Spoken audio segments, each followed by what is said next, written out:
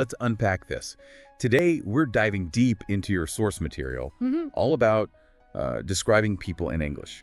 This is one of those skills you use constantly, really, whether you're making introductions, sharing story. Yeah, or even just, people watching. Exactly.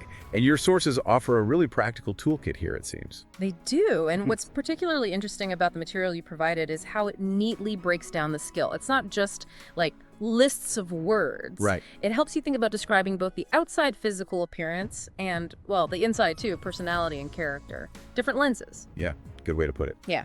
So our mission in this deep dive is basically to extract the most useful insights, the frameworks from your specific sources on how to talk about people effectively. Sounds good.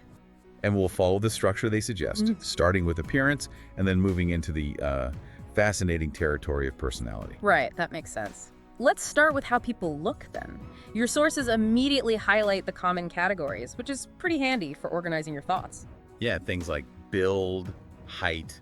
Hair, eyes, general style or clothing sometimes. The usual suspects. Right, and the sources give useful ways to sort of combine these. So instead of just saying, she is tall, you can layer it. Exactly, like she's quite tall with long dark hair, or maybe add build, he's of medium height and has a strong build.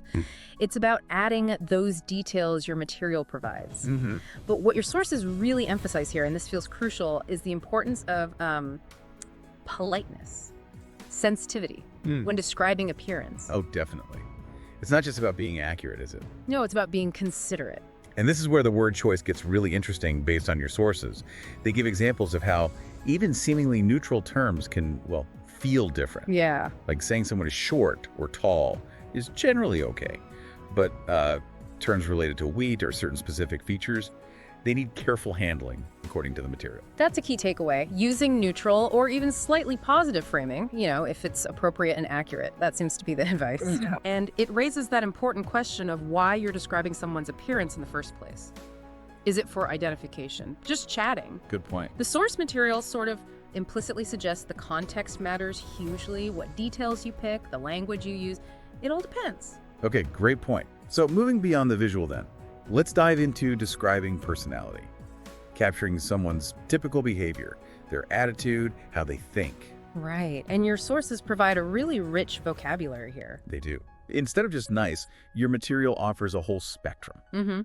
Like someone being genuinely kind or maybe remarkably patient or always cheerful. Yeah, or words to add specificity, like the source mentions incredibly outgoing, quietly observant, very focused, things like that. Yes, those adjectives help build a much, much clearer picture than just painting with broad strokes. Yeah, things like honest, creative, hardworking, generous.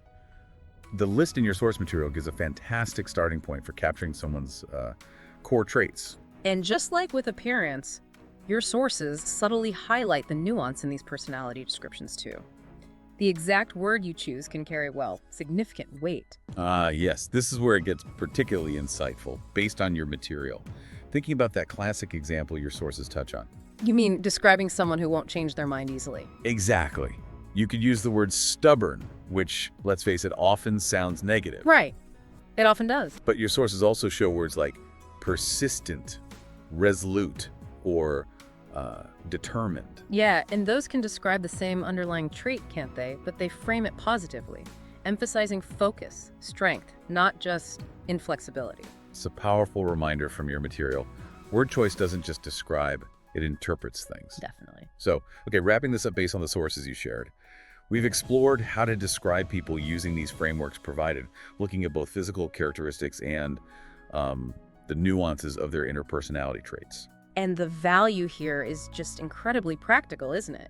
Mastering this, drawing from the vocabulary and the considerations in your material, it helps you communicate more effectively. In so many situations. Yeah, building rapport, telling stories, even navigating professional interactions.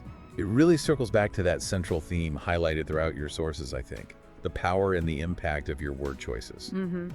Not just the politeness needed for appearance stuff. Yeah. But also the subtle framing, the interpretation that happens when you pick one personality adjective over another one, like stubborn versus determined. Which, based on everything in your sources, raises an important final question for you, the listener, to think about.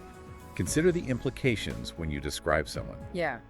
Those few specific words, they seem simple, but they don't just paint a picture, do they? They carry influence. They can really shape how others see that person.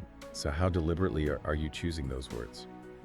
Something to mull over. A fascinating thought to leave you with after this deep dive into your source material. Thanks for joining us for this exploration.